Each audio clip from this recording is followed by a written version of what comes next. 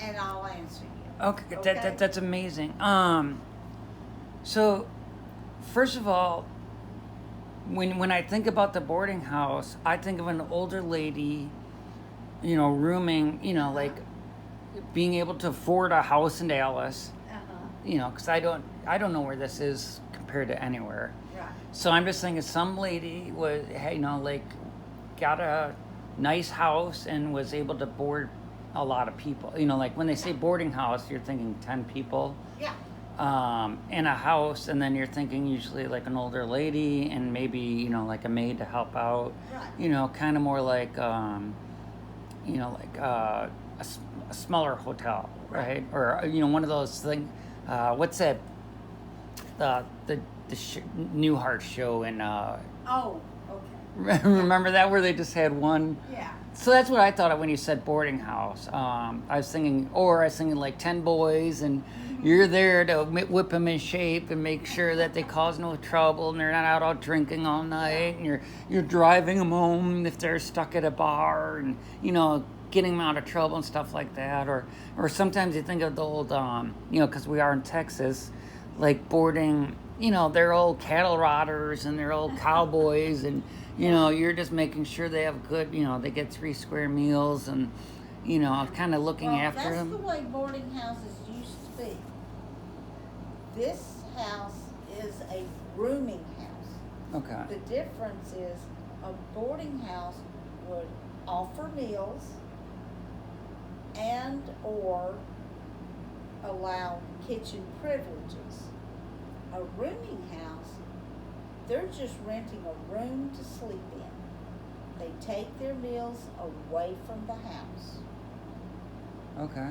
That's the difference between a boarding house and a rooming house. And what do you consider this? This is a rooming house. Okay. It's always been a rooming house. Okay. Yeah. And what year was this built in? The house was built in 32. Okay. My grandmother bought the house in 1940 as a widow. Oh, wow. Yeah, with 2 young teenagers. Oh, wow. Soon after they moved in, a few months after, my mother's best friend from the old neighborhood became an orphan herself. Oh, my. And my grandmother didn't want her going to the orphanage, so she took in my Aunt Josephine. Josephine? Uh-huh. And so, but because of Aunt Josephine, she became aware of aged out orphans. When they turn 18, if they haven't already made plans, they're put on the street and said, God bless you, we will pray. She didn't like that. So she told the administrator of the orphanage to start sending the boys over here. She would have orphans show up, she'd give them a room to sleep in, help them find a job, and then she taught them how to handle their money. Oh, my goodness. Every payday, they had to show her their checking account and their savings account. Oh, good for her. And if they had not saved as much money as she thought they should have saved, they all got a lecture.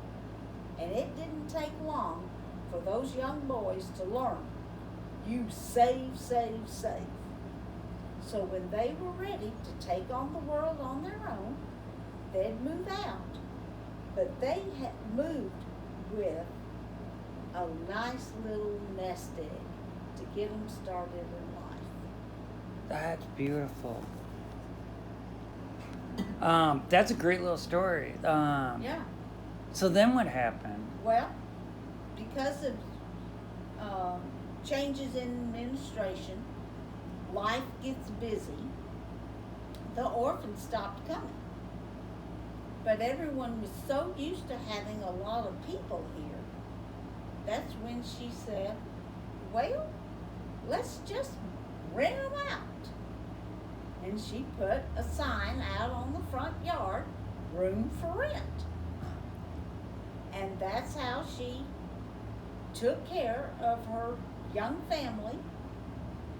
And she slowly bought other rental properties throughout Oak Cliff, but she also maintained a little diner that she owned and worked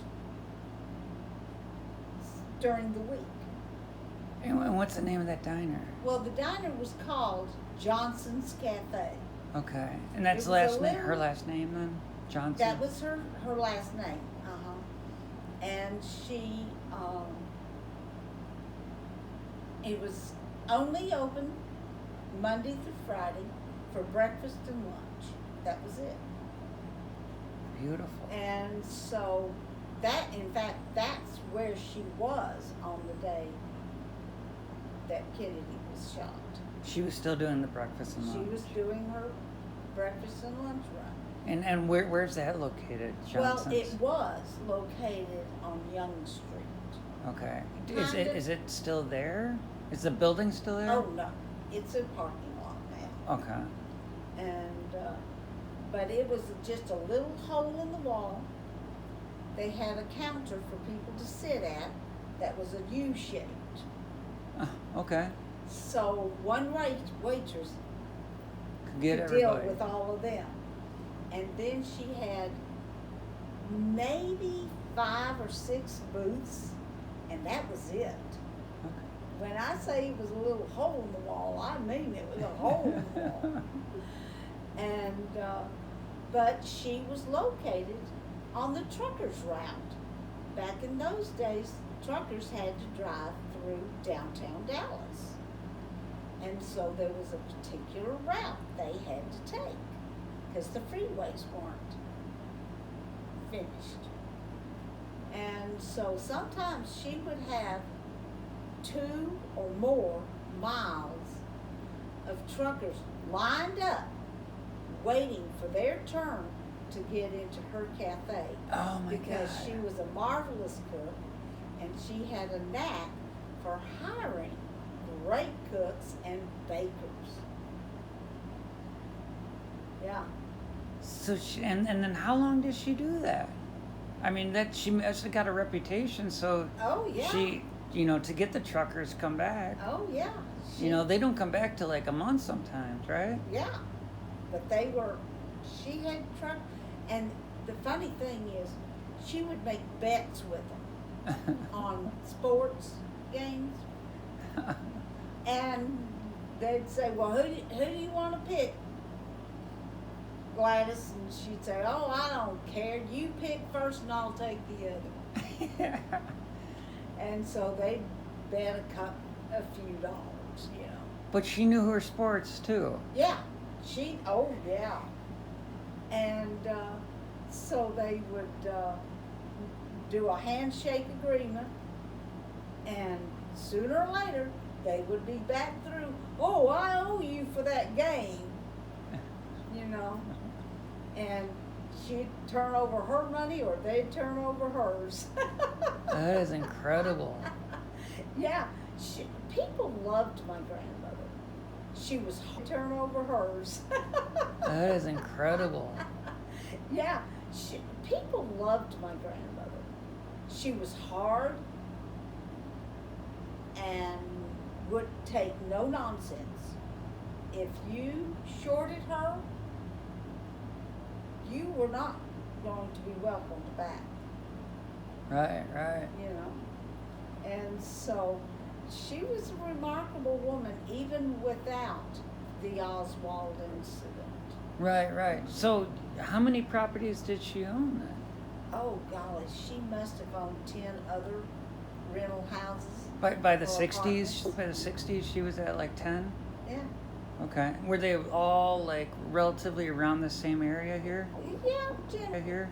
Yeah, generally, because she made it a habit to go visit every piece of property every week. Okay. Her renters never knew when she was going to be by, so they took care of the place. Okay. And is that 1960s all the way up to the 60s? Oh, yeah. Okay. All the way up to the 60s, the 70s. Oh wow. Okay. Oh, yeah. Okay. She kept things going. She was a go-getter. So let's fast forward a little bit. We'll get back to her. Johnson is that's no Blanche relation. Johnson. That's no relation to Lyndon John. Oh, Lord of mercy, no. Because he's not far away, right? In my personal estimation of Lyndon Johnson is he is probably the most evil, corrupt politician Texas has ever had. Possibly this nation, other than what's up there right now.